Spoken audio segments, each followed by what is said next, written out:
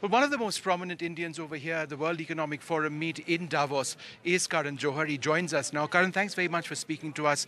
Firstly, there has been a change in the cricket board. They've said that the suspension of these two cricketers is gone for the moment, but that doesn't mean that there will not be action in the future. Your reaction to what's just happened? Well, I already went on record and I said I apologize because the show is mine. I take complete accountability. It was my platform. Those were my questions. And sometimes the irreverent nature of the show, or rather the candid, frivolous nature of the show sometimes lends itself to guests kind of going out of line and perhaps out of, boundaries that are acceptable. And of course, can't take accountability for the answers, but I can totally take accountability for the questions. And being my show, I was feeling very guilty about what the boys were going through. Yes, I think they've already paid a heavy price. They weren't allowed to play a few matches. And now that, the decision has happened with the BCCI, I can only feel immense gratitude that the situation has hopefully, the first phase of it has passed. And hopefully then eventually in the future they realize that, what things were said perhaps were errors in judgment. And the boys are talented, good cricketers, and they should be given a second chance. They shouldn't be punished any further.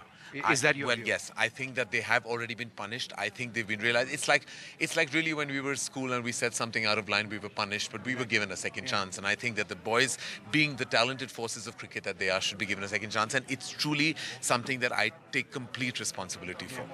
In that case, why did you go ahead and air the episode? Did you not expect this sort of... I didn't realize. It wasn't what I was... It wasn't that I was chasing ratings or thinking that I'd cause a scandal. It's not who I am, and this is not my core job. It's an extension of my personality and what I do as a filmmaker. But I really didn't realize it. And it's probably my shortcoming as a human being or as someone whose emotional understanding of that situation was weak. And it's a lesson that I've learned maybe too late in life, but I've learned it. Karan, you're being very forthright about this. There's another scenario, I don't know if you've read about it in the papers, the Bombay under-16 cricket team, there's the captain of the team, he made lewd gestures. A 16-year-old child, he's been banned for 3 years from playing cricket. Is this the way we're going to deal with scenarios like that, rather than counsel people, coach them? I definitely think that there has to be some kind of... I don't want to say anything about going overboard and, extending myself about because it's information I don't have. But all I have to say is that it would be nice and interesting if there was some kind of awareness, some kind of counseling that maybe these people in the cricket team who were to be given mandates, if they are expected to be in a certain way, they have to be told. Sometimes these kids are young. They don't know better. They get carried away. They do things. But if it's going to have ramifications and repercussions on their career, then I would imagine that there would be a process in place to help avoid this situation. Right. One final question. Here in Davos, you had a fantastic session a little while back on gay pride, on ensuring that workplaces are more secure.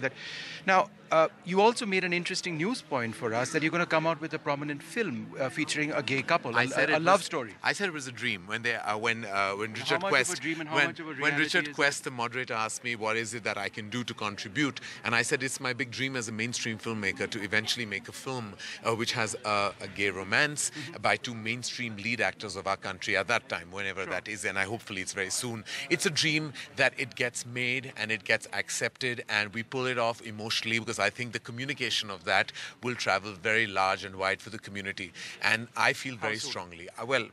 A year, 2 years. When I don't want to give any kind of timing to something. But you are giving hope, right? I'm giving an assurance. I'm giving an assurance that it will happen, and I will love to make it. It's something that is there on my emotional bucket list. All right. And one final question. Another film you're doing on a helicopter pilot in Kargil involving a wonderful woman, Gunjan Saxena. She was a flight lieutenant during Kargil. I flew with her then in doing stories. It's immensely rewarding for me to see that, you've picked up on this theme. What made you do that? It was a story that Sharan, the director, Sharan Sharma, the director, actually came to me with, and I was immensely moved and motivated as a producer and as a storyteller. Gunjan Saxena is such a brave girl, and she was called the Kargil girl, and that's what we plan to call her, hopefully, in the film as well. And Janvi Kapoor plays the lead. It's a true story, it's a brave story, and it's a story that is not been told, and it's a story that, very few are aware of. And I think it's these unsung war heroes that we need to talk about, because they really show us what bravery is, and especially being a woman the way Gunjan is. And I think it's so she is the first. She is the first woman combat aviator, and I think that's a huge communication that we need to do cinematically for everyone to know and realize that there is this bravery, that this kind of bravery that exists in our country, and these kind of empowered women. These stories we need to tell. All right. Thanks very much, Karan. I appreciate it. Thanks. There you have it, Karan Johar speaking about a lot of issues over there, the cricketers' issue, also some of the films that he's working on now.